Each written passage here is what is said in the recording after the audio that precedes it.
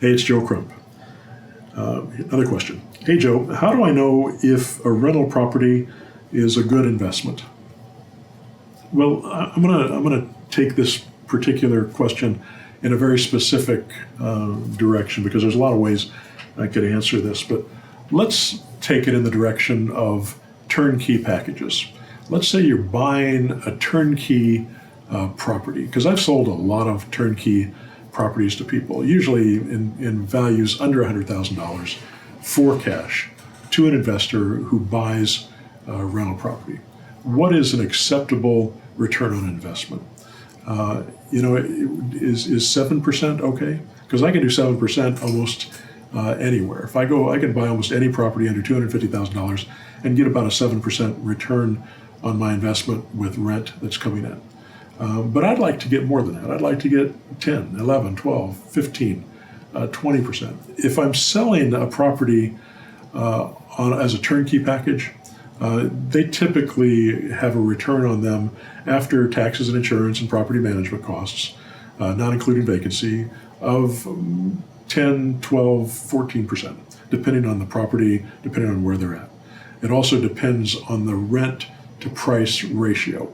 So the lower the price property with the higher rent, that's good. So if I sell a property for $60,000 or $70,000 that has $1,000 a month of income, that's better than buying a property for $120,000 that has $1,000 a month income. So it just has a better return on the investment, a smaller investment to make, and not a bad deal. Now, when I sell properties that are turnkey packages, I typically will sell them for their full market value, but I will sell them in good condition because we fix them up and we'll put a tenant in them. We'll pick a good tenant. We'll have professional property manager that takes care of that property, and all you have to do is come in with the cash, and then you'll be able to get that 10, 12, 14% return on your cash, assuming that we don't have the vacancies. And then, of course, you'll also get the value will go up over time. You could sell that property on a lease option if you wanted to.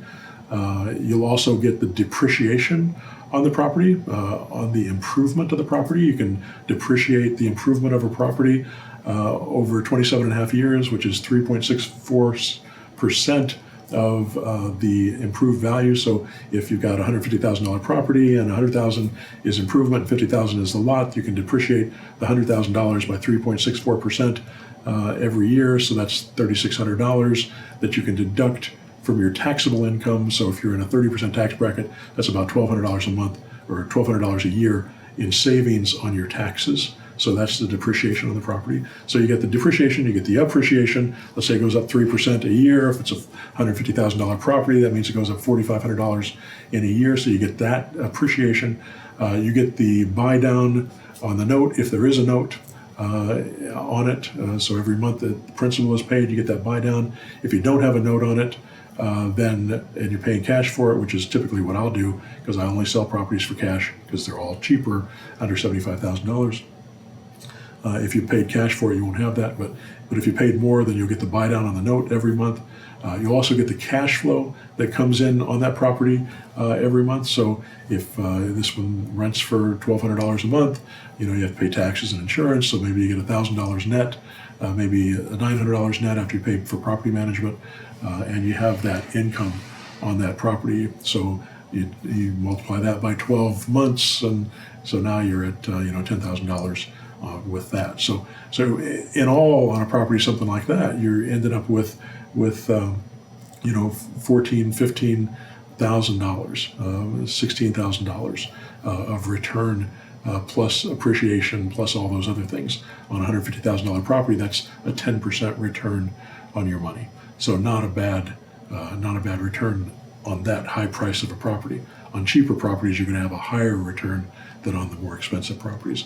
You might be able to get that up to 15, 20% cash, not cash on cash return, but investment return if you include all the other pieces of the investment pie that you get on a real estate investment that you don't get if you just had it in stocks. In stocks, it's just one number.